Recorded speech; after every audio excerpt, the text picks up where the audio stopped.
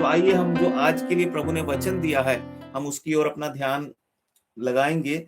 और परमेश्वर ने आज मुझसे बात की, जो वचन मेरे हृदय में प्रभु ने डाला, यदि मैं आपको सच बताऊं तो मैं बहुत समय पहले मैं इसलिए बांट रहा हूं जिससे कि आपको भी प्रोत्साहन मिले। जब हम परमेश्वर के वचन पर मनन करते हैं, तो आज का जो संदेश है उसके लिए मैं धन्यवाद करता हूं कि मेरे ख्याल से मैंने इत्तेफाक से डेट भी लिखी है। सो ये वचन परमेश्वर ने मुझे दिया था 19 अगस्त 2013 को और मैंने डायरी में लिखा हुआ था और मैंने कुछ नोट्स बनाए थे। तो मैंने जब मैं ऐसे ही पन्ने पलट के देख रहा था तो ये संदेश मेरे सामने आया।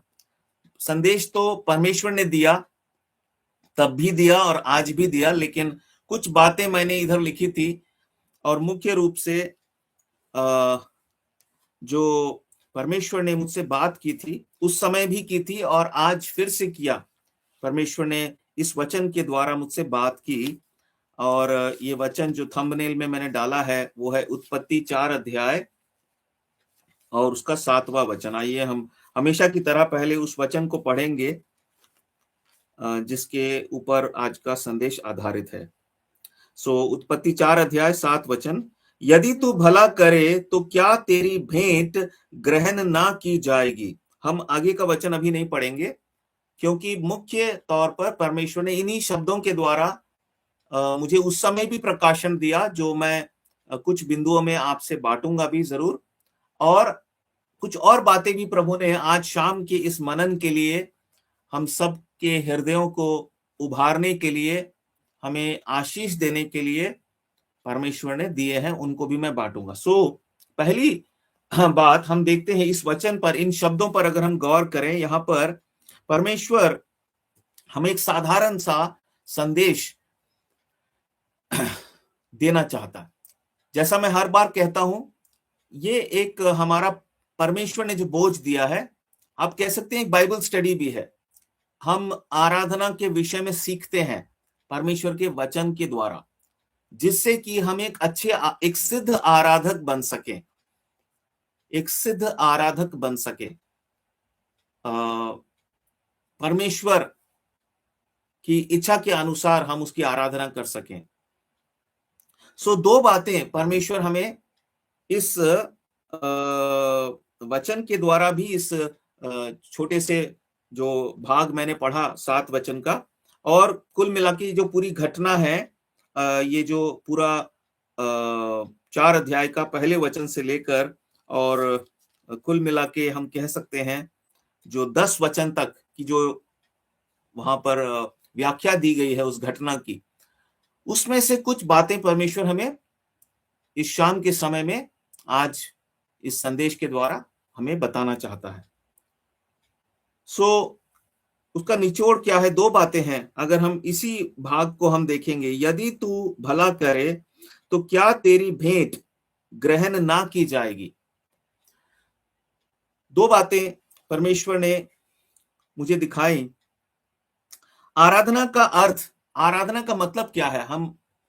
हम जब आराधना कहते हैं, हम परमेश्वर की आराधना करते हैं या हमें करनी है, जो कुछ भी हम आराधना के विषय में सोचते हैं, आराधना का मतलब क्या है? आराधना का मतलब है कि जो परमेश्वर की दृष्टि में भला है उसे हमें करना है। परमेश्वर कह रहा है, जब जब तुम मेरी आराधना करने के बारे में सोचते हो तो इन शब्दों को तुम स्मरण करो जो मैंने कैन से कहे कि क्या तू भला करे, यदि तू भला करे। इसका मतलब, आराधना का मतलब क्या है? भला करना, जो परमेश्वर की दृष्टि में भला है।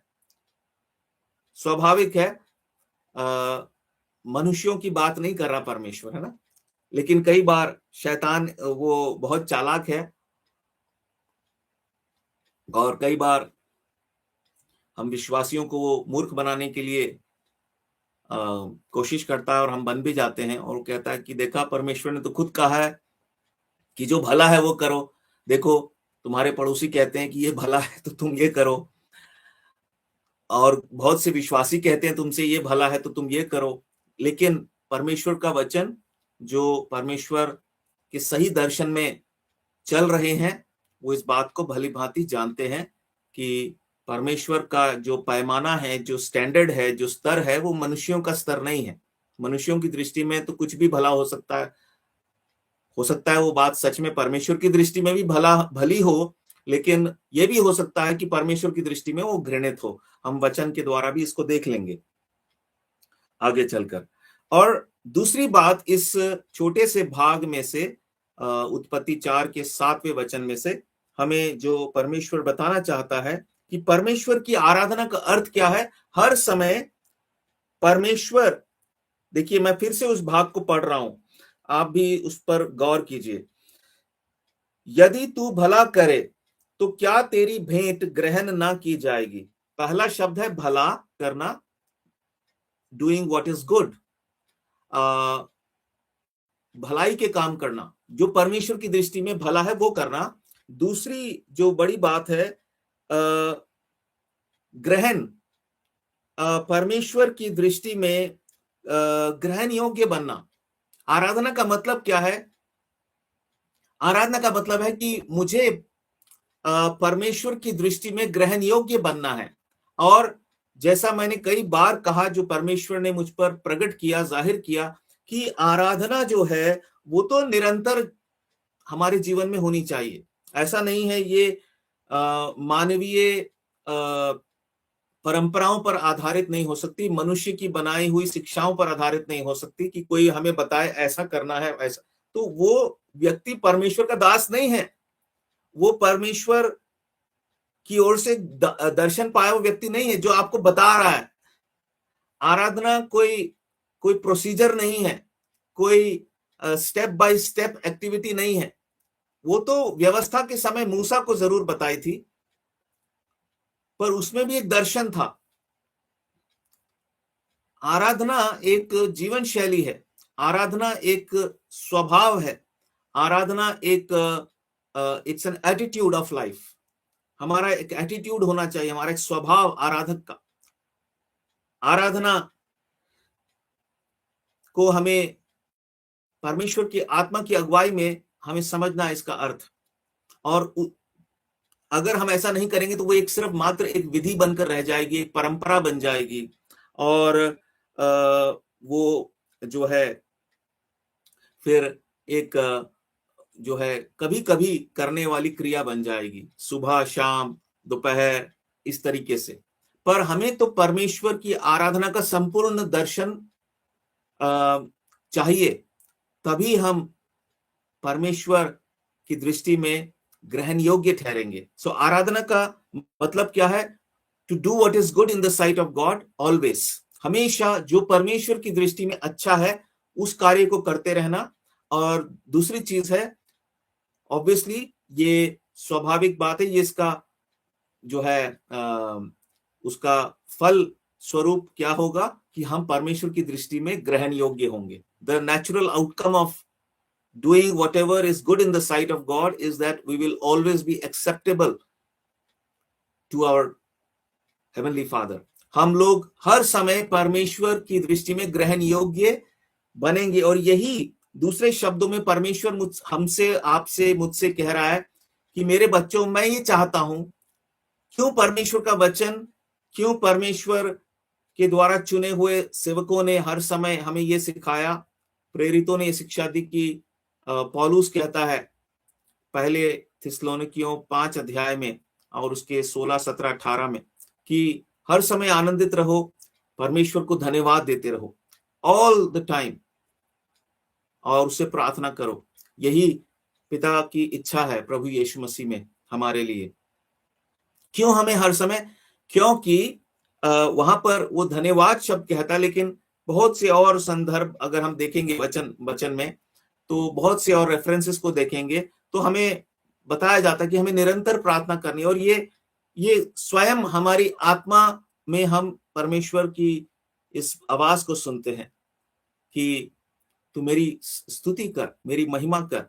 और उसका मतलब क्यों परमेश्वर कह रहा है? परमेश्वर चाहता है कि हर समय हम परमेश्वर को ग्रहण योग्य दिखाई दें, ग्रहण योग्य, क्योंकि परमेश्वर हमसे एक पल के लिए भी वो दूर नहीं होना चाहता है। परमेश्वर दूर नहीं होना चाहता है हमसे, लेकिन क्योंकि वो पवित्र परमेश्वर है, उसके लिए ये भी जरूरी है कि अगर हम उसके साथ हम उसके पास हों, तो ये भी फिर बहुत जरूरी है कि हम ग्रहण योग्य हों। अगर हम ग्रहण योग्य नहीं होंगे तो फिर वो हमारे पास नहीं आ सकता, या हम उसके पास नहीं रह सकते। और इसी दूरी को प्रभु यीशु मसीह ने मिटा दिया।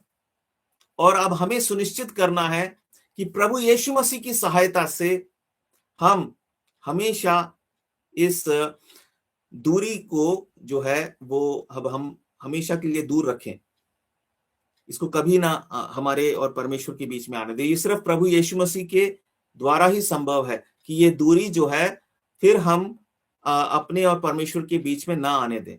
अगर प्रभु यीशु मसीह बीच में रहेंगे, अगर प्रभु यीशु मसीह को हम पहने रहेंगे, अगर प्रभु यीशु मसीह की हम अगुवाई में चलेंगे, पवित्र आत्मा जी की अगुवाई में चलेंगे, तो ये दूरी जो है ये कभी भी हमारे और परमेश्वर के बीच में नहीं आएगी, हमेशा हमेशा के लिए दूर रहेगी। और हम परमेश्वर की दृष्टि में ग्रहण योग्य बनेंगे, फलस्वरूप वो हमारे निकट रहेगा, हम उसके निकट रहेंगे, और हमारे और परमेश्वर के बीच में एक अटूट, एक गहरी, एक पवित्र संगति, एक मीठी संगति होगी। ये परमेश्वर की इच्छा है। और हम देखते हैं कुछ वचनों के द्वारा हम और थोड़ा सा इसमें डीप हम जाएंगे और गहराई में जाएंगे। हम देखते हैं एक वचन को, पहला पत्रस और उसके 3 अध्याय और 13 वचन में। वहां पर पत्रस इस बात को कहता है कि यदि हम भलाई करना चाहें तो फिर हमारा जो है विरोध कौन करेगा। देखिए, उससे ये बात एकदम हमें और साबित हो जाती है। देखिए, पहला पत्रस आप पढ़ दीजिए अगर आपके पास है तो। हाँ। यदि हम भलाई करने के लिए उत्तेजित रहो, नहीं, मैं पढ़ देता हूं। यदि तुम भलाई करने के लिए उत्तेजित रहो तो तुम्हारी बुराई करने वाला फिर कौन है।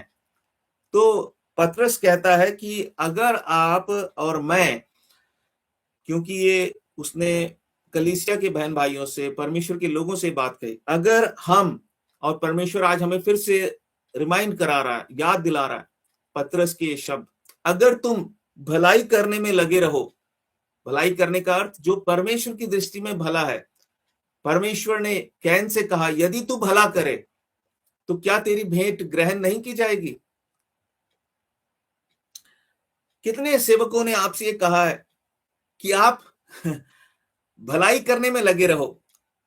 हम देखते हैं कलीसियाओं में भी अब फिर से मूसा की व्यवस्था लौट आई है। Worship worship worship worship worship, but what is worship? आराधना करो, आराधना करो, आराधना करो। पर आराधना है क्या? आराधना है परमेश्वर की दृष्टि में जो अच्छा है वो करो। कई बार एक विषय को समझाने के लिए हमें थोड़ा सा घुमा कर बात करनी पड़ती है। जब बार बार कहे हुए शब्दों के द्वारा वो बात अगर नहीं समझ में आ रही तो फिर कुछ घुमा के बोलना पड़ता है। तो आराधना हमारे लिए कितना ज्यादा, जैसे मैं कुछ दिनों पहले एक बहन को बता रहा था कि केवल जय मसीह बोल देने से प्रभु की महिमा नहीं हो जाती। तो एक, जैसे एक उर्दू में बोलते तकिया कलाम, मतलब एक अपनी इंट्रोडक्शन देने का एक तरीका होता है, और एक जुबान पे हमारे आ गया बस जय मसीह की। लेकिन कई बार हम भूल जाते हैं कि हम जय मसीह की, प्रेज द लॉर्ड को व्यर्थ में भी यूज करते हैं। परमेश्वर के लिए ज्यादा जरूरी क्या है? क्या हम सच में जयवंत हैं मसीह में? क्या हम प्रभु यीशु मसीह को हम जीता हुआ मसीह, कहीं हम उसको हरा तो नहीं रहे? हम जय मसीह की बोलें, जय मसीह की बोलें और खुद हम हारे हुए हों तो परमेश्वर को उससे महिमा नहीं मिलती है। परमेश्वर चाहता है हम जयवंत होकर हर समय जय मसीह की बोले, हम दूसरों को जयवंत करने के लिए हम उनको जय मसीह की बोले, अर्थात हम खुद ऐसी परिस्थिति में रहें कि हम दूसरों को उठा सकें, उनको प्रोत्साहन देकर।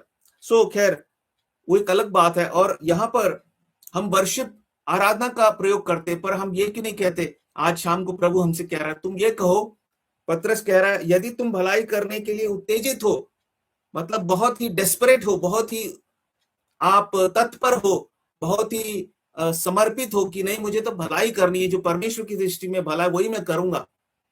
मैं अब जीवन अपना प्रभु को दे चुका हूं, मुझे नहीं पता ये संसार क्या है। और बहुत सी कलीसियाओं में बहुत से विश्वासियों को जब मिलते हैं तो ऐसा लगता है कि यीशु मसीह के नाम में कैदी घूम रहा है, क्योंकि वो अभी तक अपने बंधनों से आजाद नहीं हुए हैं। क्यों? झूठे शिक्षकों के पास जाते हैं। क्यों? उधार नहीं चाहिए, उनको मलाई चाहिए, उनको संसार की आशीषें चाहिए। और प्रभु कहता है कि ऐसे लोग जो है वो उन लोगों से ज्यादा अभागे हैं जिन्होंने अभी तक प्रभु का दर्शन नहीं पाया है। पहले कुरिन्थियों के 15 अध्याय में और उसके 19 वचन में आप बाद में पढ़ लीजिए, है ना। और हमें तो क्या है, अब परमेश्वर के लिए जीना है, और जो परमेश्वर की दृष्टि में अच्छा वो हमें करना है। और ऐसा अगर हम करेंगे तो कौन, वो कहता है तुम्हारी बुराई करने वाला फिर कौन है? परमेश्वर भी नहीं है होगा हमारी बुराई करने वाला। सबसे पहले तो मनुष्यों को तो बाद में हम सोचे। अगर हम हमेशा भलाई करने में लगे रहेंगे जो परमेश्वर की दृष्टि में भला है, तो क्या परमेश्वर हमारी आराधना को ग्रहण नहीं करेगा? सो आज शाम को परमेश्वर हमें ये बताना चाहता है कि जब हम परमेश्वर की आराधना करने के बारे में सोचे तो हम ये सोचे कि मुझे अपने आप को परमेश्वर की दृष्टि में ग्रहण योग्य साबित करना है। ये है मेरे लिए आराधना का मतलब। और ये किसी विशेष समय में करने वाला काम नहीं कि मैं सुबह करूंगा, सुबह मैं अपने आप को ग्रहण योग्य साबित करूंगा, फिर मैं बाद में चलता है और फिर से सुबह आके मैं नहीं। मेरा प्रयास, मेरी प्रार्थना, मेरा प्रयास और मेरा जो लक्ष्य है वो यही है कि मैं हर समय मैं एक ऐसा जीवन जीऊं कि मैं हर समय परमेश्वर को की दृष्टि में ग्रहण योग्य पाया जाऊं। और हम देखते हैं इस छोटे से घटना में कि हाबिल जो था वो एक ऐसा जीवन जी रहा था। इसका मतलब ये नहीं है कि उसके जीवन में कोई उससे खताएं नहीं हो रही थी, कोई उससे भूल चूक नहीं हो रही थी। इसका मतलब ये नहीं है कि वो बहुत ही ज्यादा धर्मी था, बहुत ही वो उसमें उसके अंदर कोई खोट नहीं था, लेकिन कुछ उसके जीवन में ऐसा था कि परमेश्वर के लिए वो ग्रहण योग्य बन गया। वो भलाई के काम करने में लगा रहता था। उसकी मनसा ये थी कि मैं भलाई करूं। हो सकता है कभी कभी बुराई भी कर देता होगा, लेकिन वो फिर से लौट कर आता है और भलाई करता है। ये एक ग्रहण योग्य व्यक्ति की पहचान होती है। और फिर परमेश्वर जो दया का धनी है, अनुग्रहकारी है, अपराधों को क्षमा करने वाला, परमेश्वर ने प्रचार किया मूसा से और कहता है कि मैं अपराधों को क्षमा करने वाला परमेश्वर हूं। देखिए हम उस वचन को पढ़ते हैं, निर्गमन और उसका 34 अध्याय। और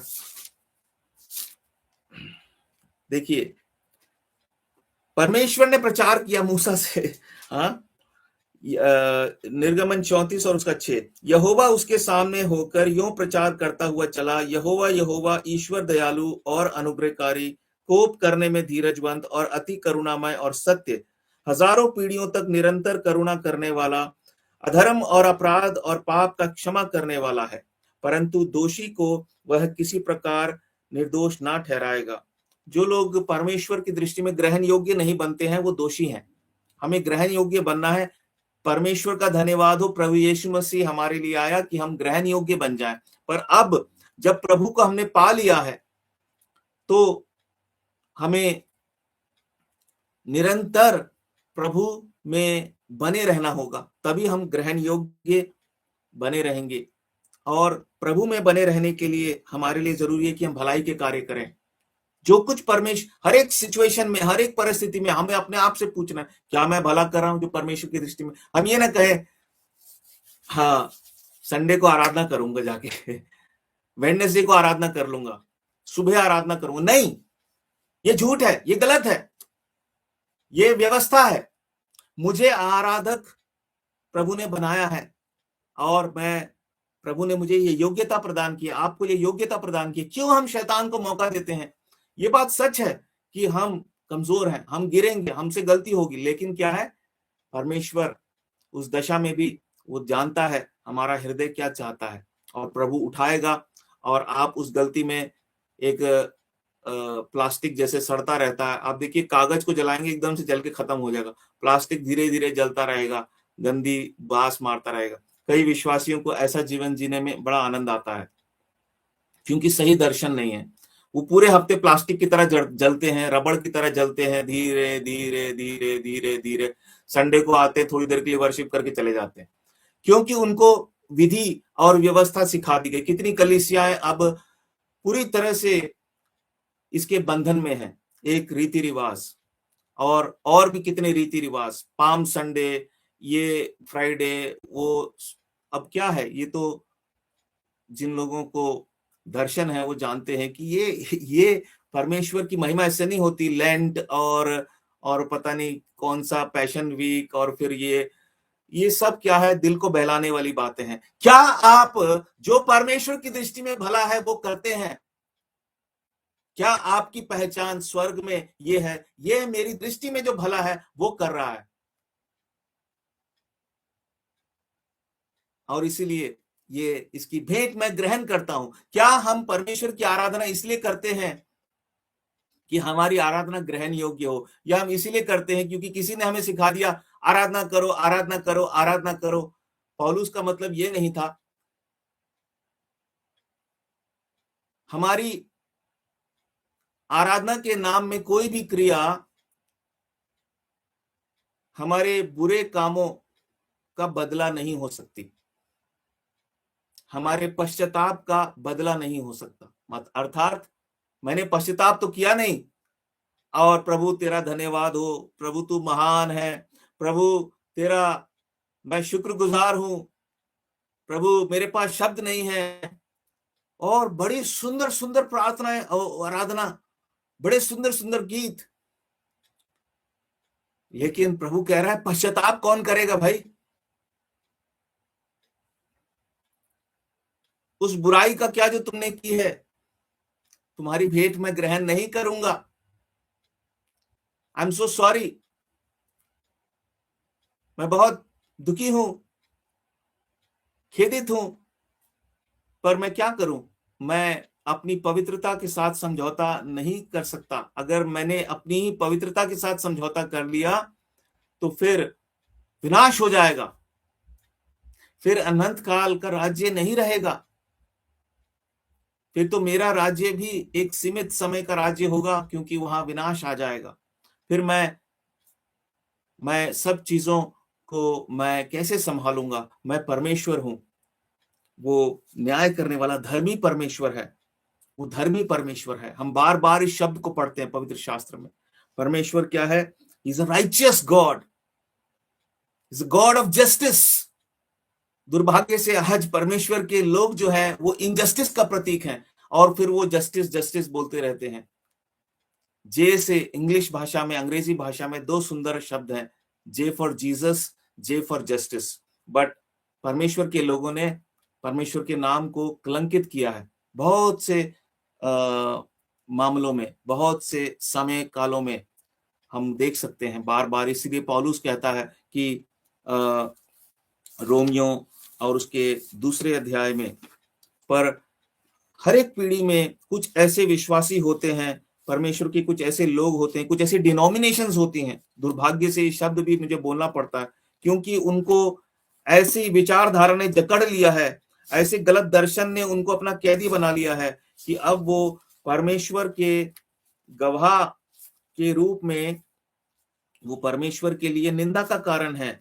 और पौलुस इस बात को यहूदियों पर वो एक प्रकार से उनको लज्जित करने के लिए बात बोलता है, जो बहुत घमंड करते थे। आज भी बहुत से ऐसे यहूदी हैं, अपने आप को किसी डिनोमिनेशन का बोलते हैं, और कुछ लोग बोलते हैं हमको डिनोमिनेशन नहीं है, लेकिन अपनी हरकतों से दिखाते हैं कि वो बड़ी भयंकर डिनोमिनेशन है। वो फरीसियों की संतान है, कट्टरपने से भरे हुए हैं, कठोरता से भरे हुए हैं। और रोमियो 2 अध्याय और 24 वचन में क्या कहता है? क्योंकि तुम्हारे कारण अन्य जातियों में परमेश्वर के नाम की निंदा की जाती है, जैसा लिखा भी है, क्योंकि तुम जेफ और जीसस बोलते हो, पर तुम्हारे जीवन में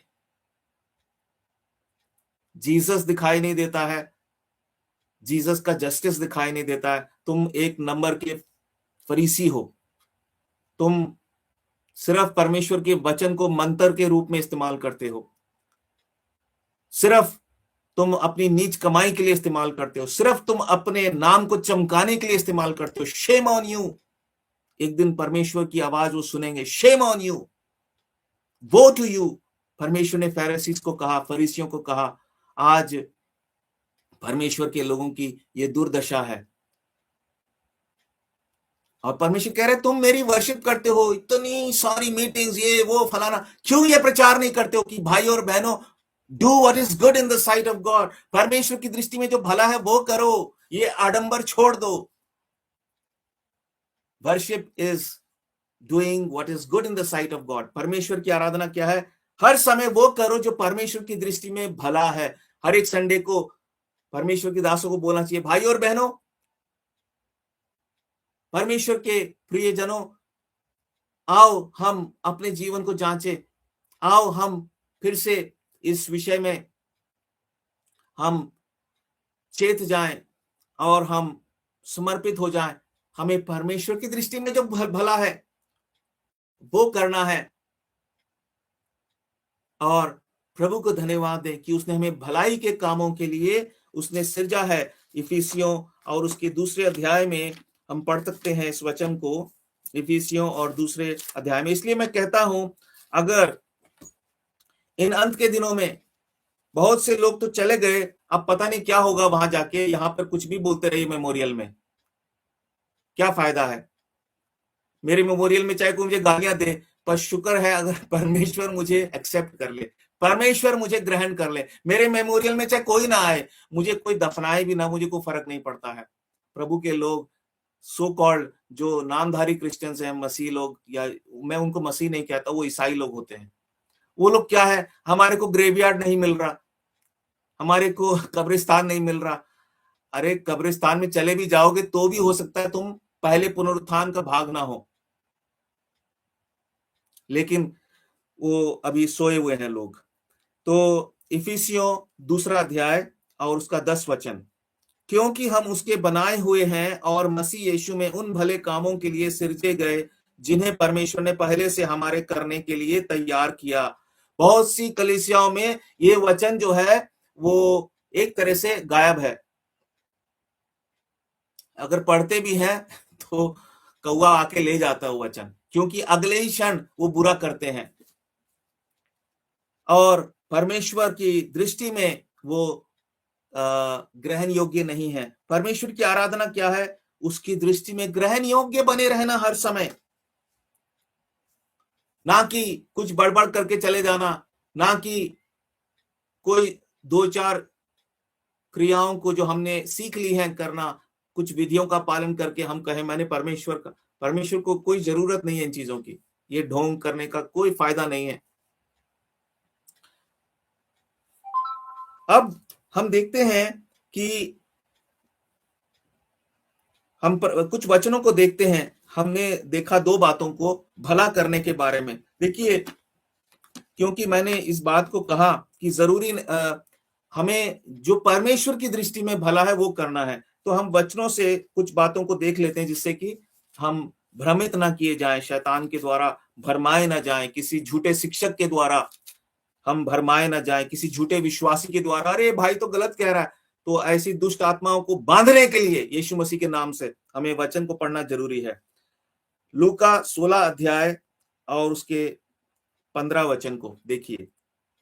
लूका 16 अध्याय 15 वचन, उसने उनसे कहा, तुम तो मनुष्यों के सामने अपने आप को धर्मी ठहराते हो, मनुष्यों के सामने धर्मी ठहराते हो, फरीसी लोग, बहुत सारे आजकल के समय में ऐसे लोग हैं, अगर वो कहते हैं कि उनका न्याय हो रहा है तो ऐसा ही समझ लो, लेकिन हम न्याय नहीं कर रहे आपका।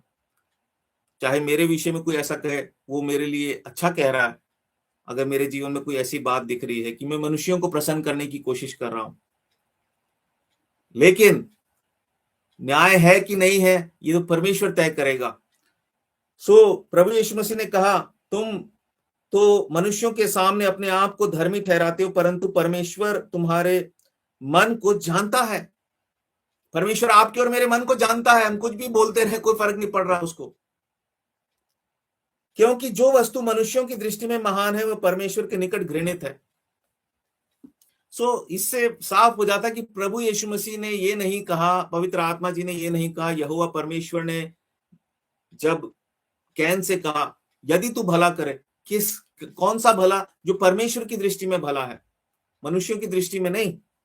और हम कुछ वचनों को बाद में आप पढ़ सकते हैं। यशाया 64:6 में लिखा है कि हम मनुष्यों के जो भले काम है वो तो परमेश्वर की दृष्टि में मैले चिथड़ों के समान है।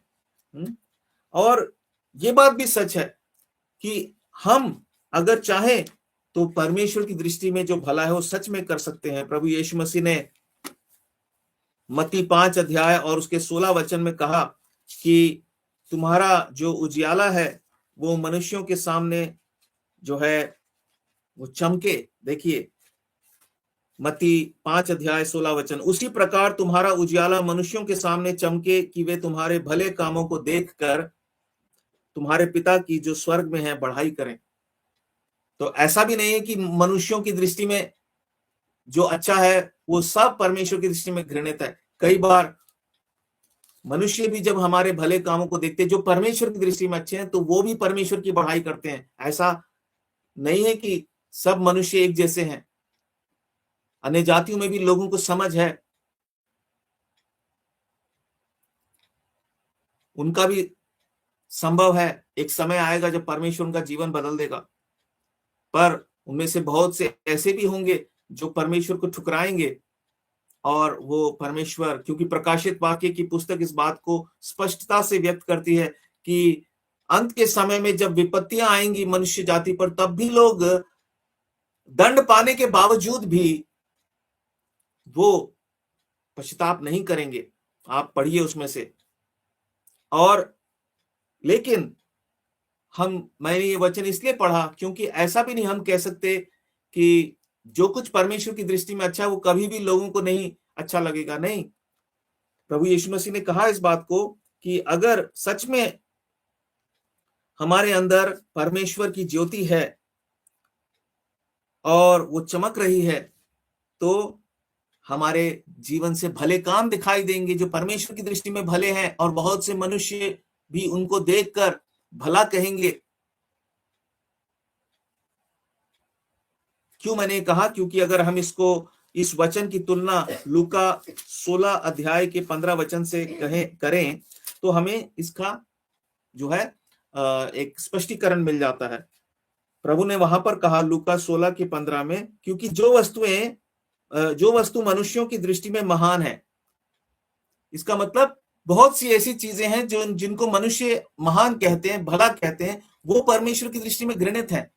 लेकिन मत्ती 5 और उसके 16 के अनुसार बहुत सी चीजें मनुष्यों की दृष्टि में भी क्या है, वो परमेश्वर की महिमा का कारण बन जाती हैं। सो कुल मिला के हमें भला काम हमें करना कौन सिखाएगा?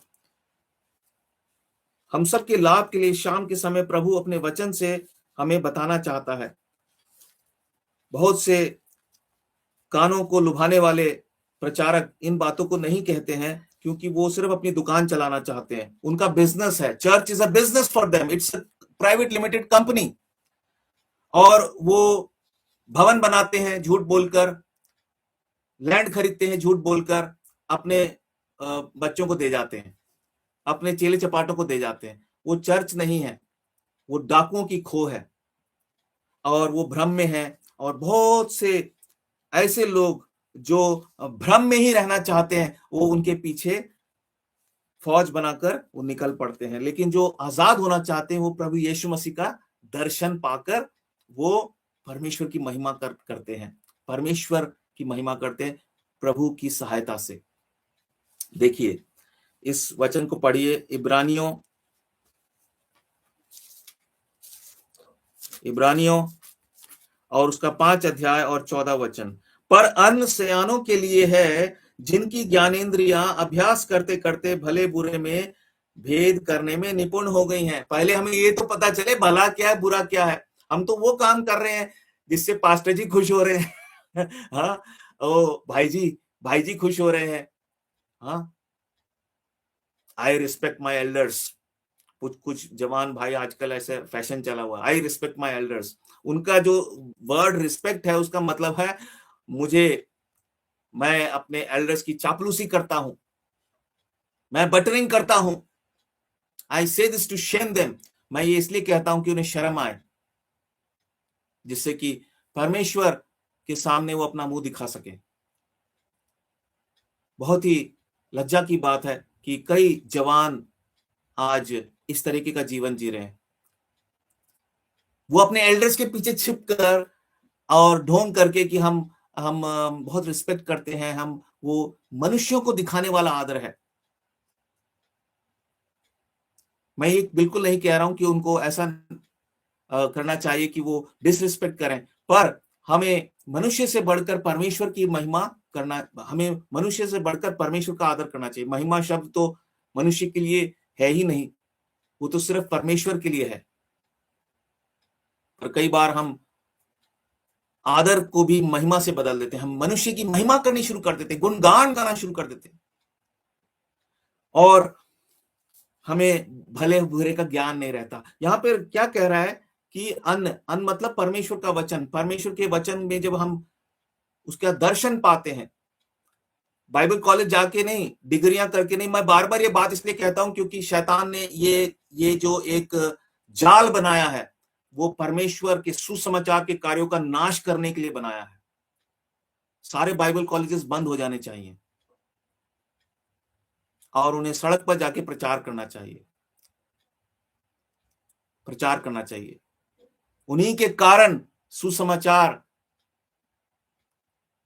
बढ़ नहीं रहा, जा नहीं रहा। लेकिन परमेश्वर एक दिन इन सब बाधाओं को हटाने वाला है। वो समय बहुत नजदीक है। और जो ज्ञान की बात करते हैं वो अज्ञानी हो जाएंगे, उनकी ज़बानें चिपक जाएंगी, और जिन्हें कुछ ज्ञान नहीं है, पवित्र आत्मा जी की सहायता से वो पवित्र और मधुर बातें परमेश्वर की ओर से, उनके मुंह से लोग सुनेंगे और उद्धार पाएंगे, परमेश्वर की ओर फिरेंगे। देखिए यहां पर लिखा है अन सयानों के लिए होता है जिनकी ज्ञानेंद्रिया अभ्यास। ये जो शब्द है अभ्यास, इसका मतलब मैं खासकर उन लोगों के लिए कह रहा हूं जो बाइबल कॉलेज और कुछ ऐसे जवान लोग हैं जो फॉरेन कंट्री से प्रीचर्स को बुलाते हैं, उनको शर्म आनी चाहिए थोड़ी सी भी। क्योंकि आप ज्ञान को देखते हैं, मनुष्य के ज्ञान को देखते हैं, वो अभ्यास नहीं होता है। अभ्यास वो होता है जो वचन को सुनकर पढ़कर उसके अनुसार करता है, जो कितने प्रीचर्स नहीं करते हैं, शर्म आनी चाहिए उनको। वो अपने लिए दंड का पूरा उन्होंने पहाड़ खड़ा कर लिया है, दिख नहीं रहा है। मेमोरियल में कुछ भी बोलते रहो, कोई फर्क नहीं पड़ रहा।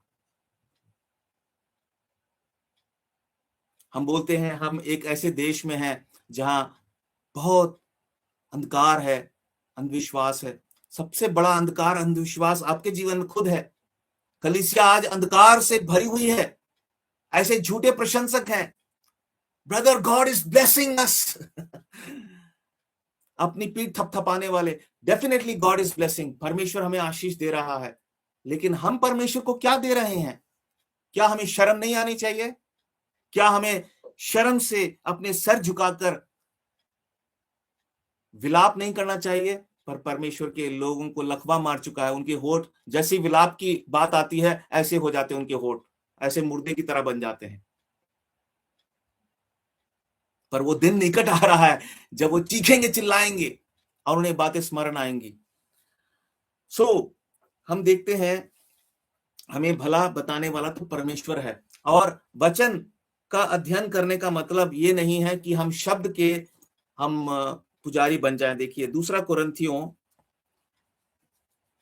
कुरिन्थियों और उसका 3 अध्याय, क्योंकि बहुत से ऐसे हैं जो बाइबल पकड़ के चलते हैं हर समय ऐसे, और अच्छी बात है, बाइबल रखनी चाहिए साथ में, हमेशा रखनी चाहिए, पर इसीलिए नहीं कि आप शब्द पर घमंड करो।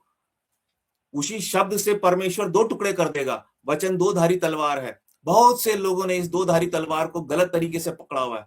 उनको नहीं पता ये तलवार उन्हीं पे पड़ने वाली है। देखिए दूसरा कुरिन्थियों 3 अध्याय और उसका 6वां वचन, जिसने हमें नई वाचा के सेवक होने के योग्य भी किया, शब्द के सेवक नहीं वरन आत्मा के, क्योंकि शब्द मारता है पर आत्मा जिलाता है।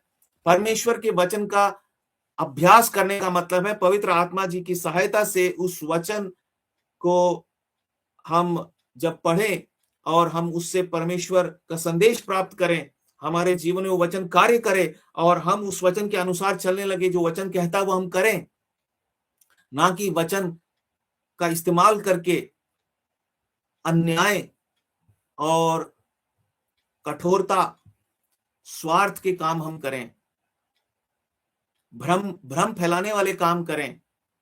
जो परमेश्वर की दृष्टि में भला नहीं है वो ना करें, बल्कि जो परमेश्वर की दृष्टि में घृणित है वो करने लग जाएं, भले ही वो मनुष्यों की दृष्टि में बहुत आदर की बात हो।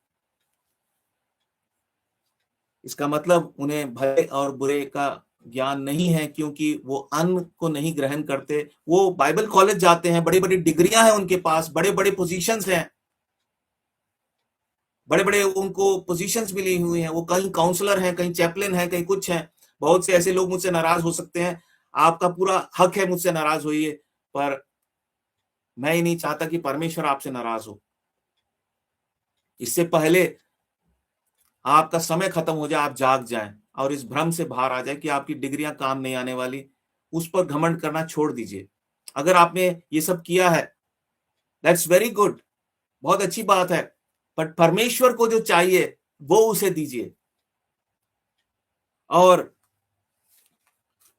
परमेश्वर ने ये वचन हमें इसलिए दिया है कि हम आत्मा आत्मा शब्द के सेवक नहीं, आत्मा के सेवक बने, आत्मा के सेवक बने।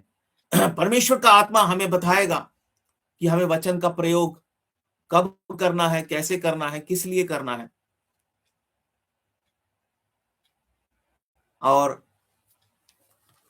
जब हम इस बात को समझते हैं तो हमें मालूम पड़ता है अब हमें परमेश्वर के लिए कैसे उसकी महिमा करनी है। सुबह शाम दोपहर, सोमवार मंगलवार बुध वीर शुक्र शनिवार रविवार, जनवरी फरवरी मार्च अप्रैल, तब जो भी कहो आप, है ना, हमेशा 24/7 मुझे I have to do what is good in the sight of God. मुझे जो परमेश्वर की दृष्टि में भला है वो करना है। हाबिल की तरह परमेश्वर ने उससे कहा, यदि तू भला करे, कैन से कहा, तो क्या तेरी भेंट ग्रहण नहीं की जाएगी? इतनी सी बात है। हर एक कलीसिया में अगर यही प्रचार होना शुरू हो जाए तो सब बदल जाएगा। इतना worship worship worship worship worship worship worship worship worship, हर भला काम नहीं है। कैसी वर्शिप हो रही है भाई? Remove this word, God is saying you are dishonouring this word worship. इस शब्द को तुम तब तक इस्तेमाल मत करो जब तक तुम भला करना ना सीखो। तुम होठों से मेरी स्तुति करते हो, तुम्हारे मन मुझसे दूर है। यू डोंट डिजर्व, आप इसके योग्य नहीं हो। डू व्हाट इज गुड, मेरी दृष्टि में जो भला है वो करो, वरना याद रखो मैं आने वाला हूं और स्वर्गदूत तैयार हैं, आप और मैं भी नहीं बचेंगे। इसलिए हम चेत जाएं, परमेश्वर की झूठी महिमा करने के पीछे छिपकर अपने आप को मूर्ख मत बना लीजिए। आप परमेश्वर की झूठी आराधना करके पश्चाताप के बदले उसको रिप्लेस नहीं कर सकते। अगर आपने पश्चाताप नहीं किया है, आप नम्र नहीं हुए हैं, टूटा हुआ हृदय नहीं है, झूठी आराधना काम नहीं आएगी। भले काम नहीं है, जो परमेश्वर की दृष्टि में भला है, आराधना काम नहीं आएगी। कितना भी गीत गाएं, कितना भी प्रभु को प्रशंसा दें, सो हम दो बातों को और देखेंगे। पिछले सप्ताह हमने मनन किया था परमेश्वर भक्ति के शौक के विषय में। जिन लोगों ने पिछले सप्ताह का संदेश नहीं सुना है, मैं आग्रह करूंगा जरूर टुकड़े टुकड़ों में ही सुने, जब तक आपको परमेश्वर की ओर से आशीष ना मिले। और थोड़ा सा वीडियो की क्वालिटी अच्छी नहीं थी क्योंकि नेटवर्क कभी कभी खराब होता है, लेकिन आवाज क्लियर आती है, तो आप जरूर सुन लीजिए। परमेश्वर आपको बड़ी आशीष दे। और परमेश्वर भक्ति का शौक, जब परमेश्वर ने हमें यह वरदान दिया है, ये दूसरों ने नहीं पाया, हम उद्धार पाए हुए विश्वासियों का ये सौभाग्य है, एक अद्भुत तोहफा है, अद्भुत इट्स अ यूनिक गिफ्ट। क्योंकि संसार में बहुत से लोग शोक मनाते हैं, पर यहूदा इस्करियोती की तरह अपने आप को खत्म कर लेते हैं, शाऊल की तरह सांसारिक शोक में डूब जाते हैं, खत्म हो जाते हैं, तलवार पर गिर के मर जाते हैं। लेकिन जो परमेश्वर भक्ति का शौक पाए हुए दाऊद की तरह है, वो गिर के भी उठते हैं और परमेश्वर की महिमा करते हैं और फिर लौटकर उस गंदगी में नहीं जाते। और देखिए दूसरी चीज क्या है, परमेश्वर भक्ति का शौक जब हमारे जीवन में आता है, स्वाभाविक है हमें इस शौक की हर एक समय जरूरत है। जरूरी नहीं है कि हमने जब कोई गलत काम किया है, अन्यथा भी हमें जरूरत है। क्योंकि भजन 51 में 51 में 51 और उसके 17 में वो कहता है कि टूटा हुआ मन, दूसरा जो शब्द है, जब परमेश्वर भक्ति का शौक हमारे जीवन में आता है तो हमें तोड़ दिया जाता है। और जब हम इस टूटे हुए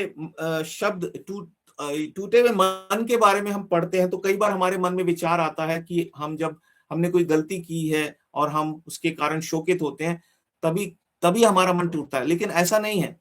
ये टूटा हुआ मन का मतलब क्या है? जिसके अंदर कोई घमंड ना हो, कठोरता ना हो, जो परमेश्वर की दृष्टि में नम्र हो, दीन हो, वो टूटा हुआ मन है। तो ये हर समय होना चाहिए हमारा।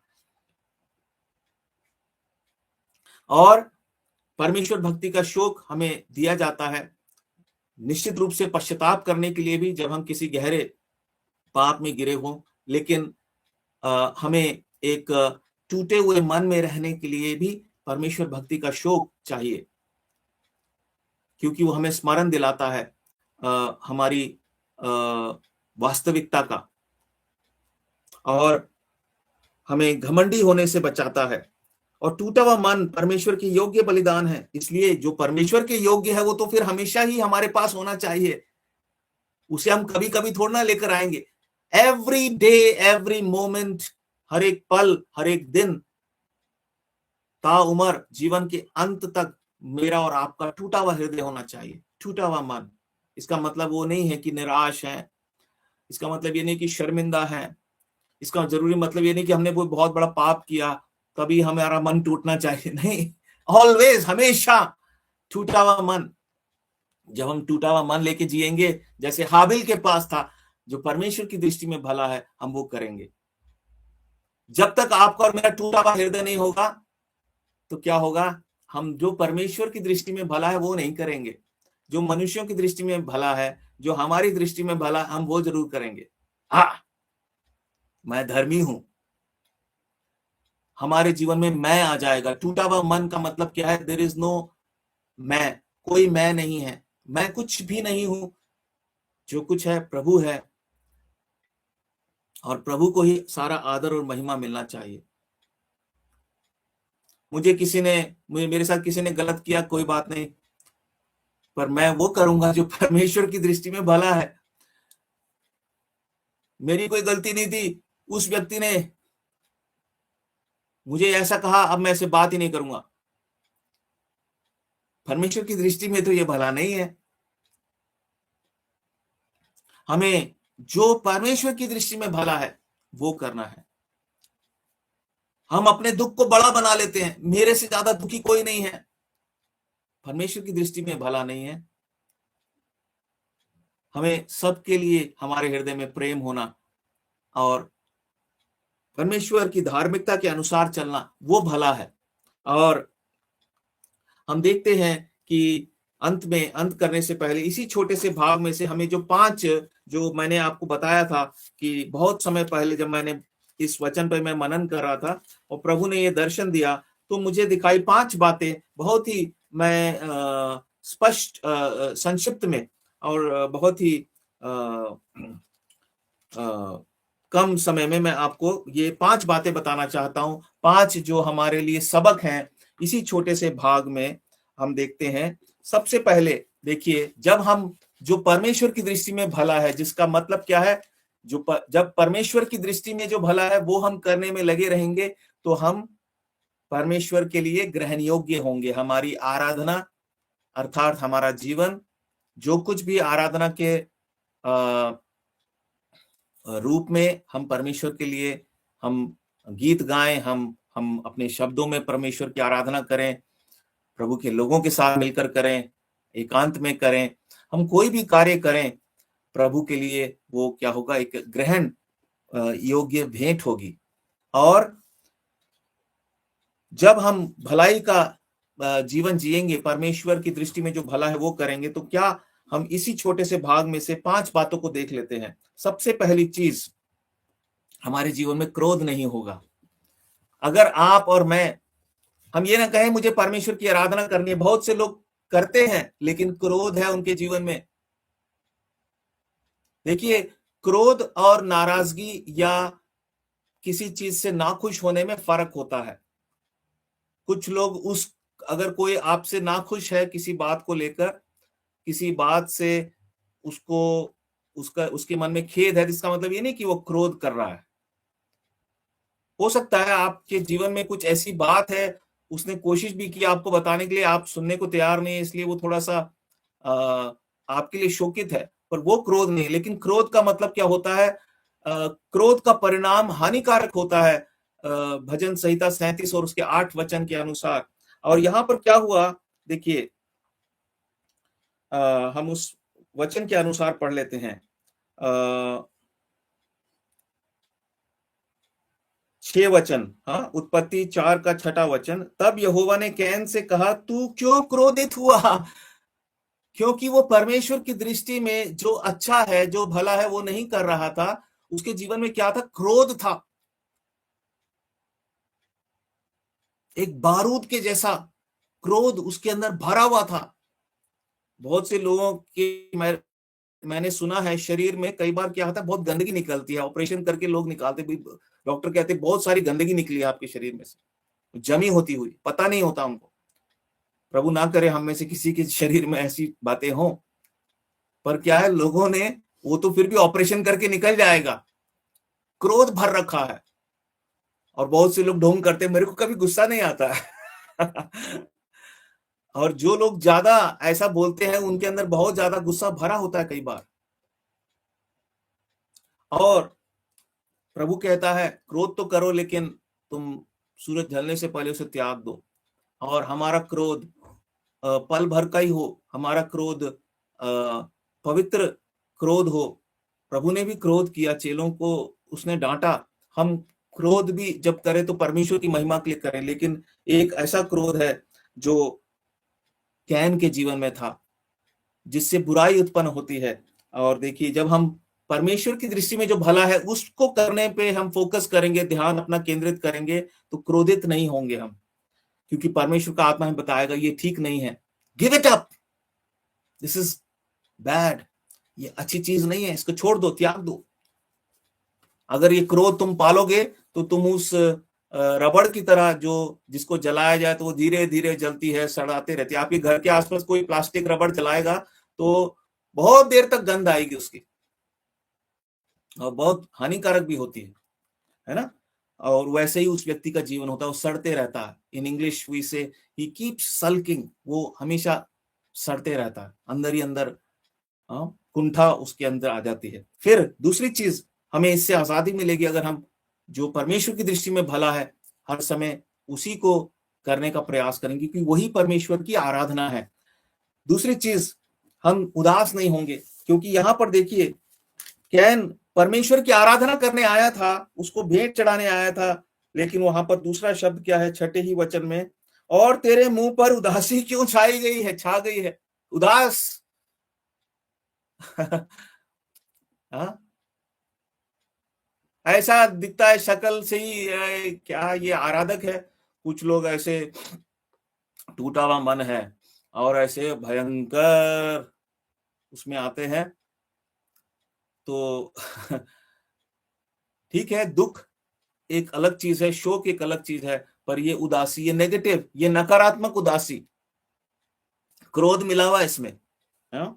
ये भी हमारे जीवन से दूर हो जाएगा जब हम जो परमेश्वर की दृष्टि में भला है उसको करने पर हम अपना मन लगाएंगे। और तीसरी चीज क्या है, हमारी जो आराधना है, जो कुछ भी हम आराधना के रूप में, मैंने जैसा कहा, हमारा संपूर्ण जीवन ही हमें रोज सोचना चाहिए, एवरी डे, हर दिन, हर समय, जो मेरा जीवन ही आराधना है, तो क्या है, वो परमेश्वर के लिए हमारा जीवन ग्रहण योग्य बनेगा। परमेश्वर चाहता है हर समय हम उसकी दृष्टि में ग्रहण योग्य रहें। संडे को नहीं, सैटरडे को नहीं, फ्राइडे को नहीं, सुबह नहीं, शाम को नहीं, ऑफिस जाए तब, मार्केट जाए तब, सुबह उठे तब, पाप में गिरे तब भी, प्रभु I want to glorify you, help me to come out of this sin, मेरी सहायता कीजिए, इस पाप से मुझे बाहर निकाल लीजिए प्रभु, मैं आपका आराधक हूं। और हम देखते हैं हम हर समय परमेश्वर की दृष्टि में ग्रहण योग्य बन जाएंगे, जैसे हाबिल था। और फिर हम क्या देखते हैं, प्रभु ने कहा यदि तू भला करे क्या तेरी भेंट ग्रहण ना की जाएगी। चौथी बात है, हम क्या देखते हैं कि हम पाप पर जय पाते हैं, क्योंकि जब हम जो परमेश्वर की दृष्टि में जो चीजें भली हैं, अगर वो हम नहीं कर रहे हैं, फिर भी भले ही हम परमेश्वर की आराधना कर रहे हैं, उसके लिए भेंट लेके आ रहे हैं, तो क्या है, देखिए 7 वचन, यदि तू भला करे तो क्या तेरी भेंट ग्रहण ना की जाएगी, और यदि तू भला ना करे, अगर तू भला ना करे तो पाप द्वार पर छिपा रहता है। आपके जीवन में पाप आएगा, द्वार में छिपा है, इसका मतलब आप तो गए, आप, है ना, वो आएगा पूरे जोश के साथ, पूरी ताकत के साथ, और पूरी तरह से आपको खा जाएगा, मुझे खा जाएगा। अगर हम भला करेंगे तो पाप कहेगा भाई इस घर में मेरे लिए कोई जगह नहीं है, यहाँ तो भलाई करने वाले लोग रहते हैं, वो भी जो परमेश्वर की दृष्टि में भला है। चलो मनुष्य की दृष्टि में भला कर रहे होते तो मैं थोड़ी देर वेट करता और फिर मैं इन पर अटैक करता, ये तो जो परमेश्वर की दृष्टि में भला है वही करते हैं, यहाँ मेरे को रहने का कोई मतलब नहीं है, चलो भाई किट बैग उठाओ, टूल बॉक्स उठाओ, कहीं और चलते हैं, है ना। और हम जब प्रभु की दृष्टि में जो भला है ये सोचकर परमेश्वर के लिए जिएंगे, उसकी महिमा करेंगे, तो क्या है, पाप पर भी हम जयवंत हो जाएंगे, पाप हमारे द्वार में छिपा नहीं रहेगा। ये चौथी बात है। और पांचवी और आखिरी बात, जब हम वो करेंगे जो परमेश्वर की दृष्टि में भला है, तो हम देखते हैं इसी भाग के द्वारा कि परमेश्वर हमें दिखाता है कि हमारे जीवन में हमारे भाइयों के लिए प्रेम आ जाएगा, क्योंकि कैन के जीवन में जो परमेश्वर की दृष्टि में भलाई नहीं करता था, बल्कि उसके विपरीत जो परमेश्वर की दृष्टि में बुरा है वो करता था। और हम देखते हैं कि उसके हृदय में अपने भाई हाबिल के लिए प्रेम नहीं था। हम इस बात को पढ़ते भी हैं परमेश्वर के वचन में, पहले यूहन्ना और उसके 3 अध्याय में इस विषय में यूहन्ना गवाही देता है, और वो कहता है पहले यूहन्ना 3 अध्याय के 12 वचन में, और कैन के समान ना बने जो उस दुष्ट से था, और जिसने अपने भाई को घात किया, और उसे किस कारण घात किया, इस कारण कि उसके काम बुरे थे और उसके भाई के काम धर्म के थे। तो हम देखते हैं यहाँ पर बहुत ही स्पष्टता से परमेश्वर के वचन में जो है इस बात की गवाही दी गई है कि कैन के काम जो थे वो बुरे थे, इसीलिए उसने अपने भाई हाबिल को घात किया। और हाबिल दूसरी तरफ उसके काम परमेश्वर की दृष्टि में वो भले काम करता था और धर्म के काम थे। और आगे इसी अध्याय में ऐसा लिखा है, जो कोई अपने भाई से बैर रखता है वह हत्यारा है, और तुम जानते हो कि किसी हत्यारे में अनंत जीवन नहीं रहता। तो जब हम परमेश्वर की दृष्टि में जो भला है वो करते हैं, जब हम आराधना के विषय में इस तरीके से हम सोचते हैं कि आराधना का मतलब है परमेश्वर की दृष्टि में निरंतर हम हर समय अपने आप को याद दिलाएं, मुझे वो करना है जो परमेश्वर की दृष्टि में भला है। I have to do only that which is good in the sight of God. और तो हमारे जीवन में ये सकारात्मक बदलाव आ जाते हैं। हमारे जीवन से हम देखते हैं क्रोध जाता रहेगा, हमारे जीवन में उदासी नहीं छाएगी, हम निराशा में नहीं डूबेंगे। एक इस प्रकार की ये एक नकारात्मक निराशा है। निराशा तो अब्राहम के जीवन में भी आई, लेकिन यहाँ पर वो अंदर ही अंदर घुटने वाली और कुंठा में आ जा, जैसे हम देखते हैं बहुत से ऐसे उदाहरण हैं जब एक ईर्ष्या के वजह से या किसी और प्रकार की कुंठा की वजह से हमारे अंदर एक उदासीनता आ जाती है, और हमारी जो आराधना है, हम एक ग्रहण योग्य व्यक्ति बन जाएंगे। हमारी आराधना जो है वो परमेश्वर की दृष्टि में हमेशा ग्रहण योग्य ठहरेगी। हमारी भेंट ग्रहण की जाएगी और हमारे जीवन से पाप जाते रहेंगे, अर्थात पाप हम पर हावी नहीं होंगे और हम पाप पर जयवंत होंगे। और सबसे आखिरी बात, पांचवी बात यह है कि हमारे जीवन में प्रेम आ जाएगा अपने भाइयों के प्रति, अपने सहविश्वासियों के प्रति। हम सबसे प्रेम करने वाले बनेंगे, क्योंकि एक बार फिर से जब हम पहले यूहन्ना के 3 अध्याय को पढ़ते हैं और उसमें लिखा है कि जो प्रेम नहीं करता वो मृत्यु की दशा में है और वो अपने भाइयों का हत्यारा है, वो हत्या करने वाला व्यक्ति है, घात करने वाला व्यक्ति है। जिस तरह से उत्पत्ति 4 अध्याय के 8 और 9 वचन में हम देखते हैं किस तरह से कैन ने अपने भाई को ठगा, उसको उसके साथ विश्वासघात किया और उसकी हत्या कर डाली। और फिर वो क्या कहता है कि परमेश्वर ने जब उससे पूछा कि तेरा भाई कहाँ है, तो उसने क्या कहा कि क्या मैं अपने भाई का रखवाला हूँ। और हम देखते हैं ये सब क्यों हुआ, क्योंकि उसके काम बुरे थे।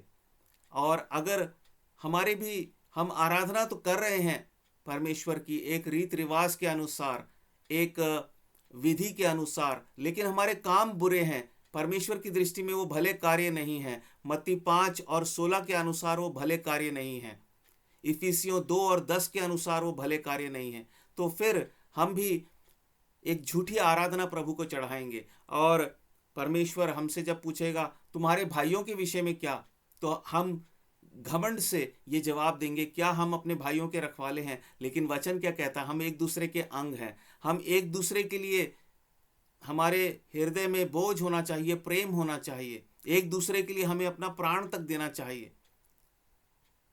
इसीलिए जब हम परमेश्वर की दृष्टि में जो भला है हम उस पर अपना ध्यान केंद्रित करते हैं, तो हमारे अंदर वो वास्तविक प्रेम भी उत्पन्न होता है। परमेश्वर उस प्रेम को हमारे अंदर वो उस प्रेम को उभरने देता है। परमेश्वर हमारे ऊपर वो अनुग्रह करता है।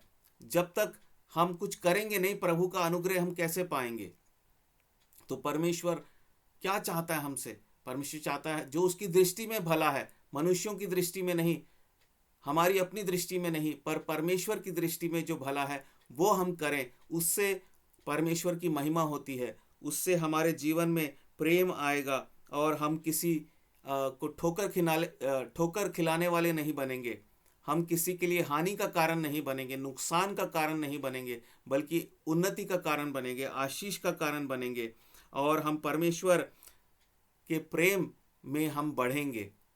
सो परमेश्वर इन वचनों के द्वारा हम सबको आशीष दे और हमारी सहायता करे कि हम इस प्रकार से आज का जो ये संदेश है कि हम परमेश्वर की दृष्टि में जो भला है वो हर समय करें और फलस्वरूप हमारी आराधना परमेश्वर ग्रहण करेगा, हमारी भेंट स्वीकार की जाएगी और हम जो कुछ भी करेंगे वो परमेश्वर की दृष्टि में ग्रहण योग्य ठहरेगा और हम एक सच्चे आराधक बनेंगे। आइए हम प्रभु को धन्यवाद देते हैं।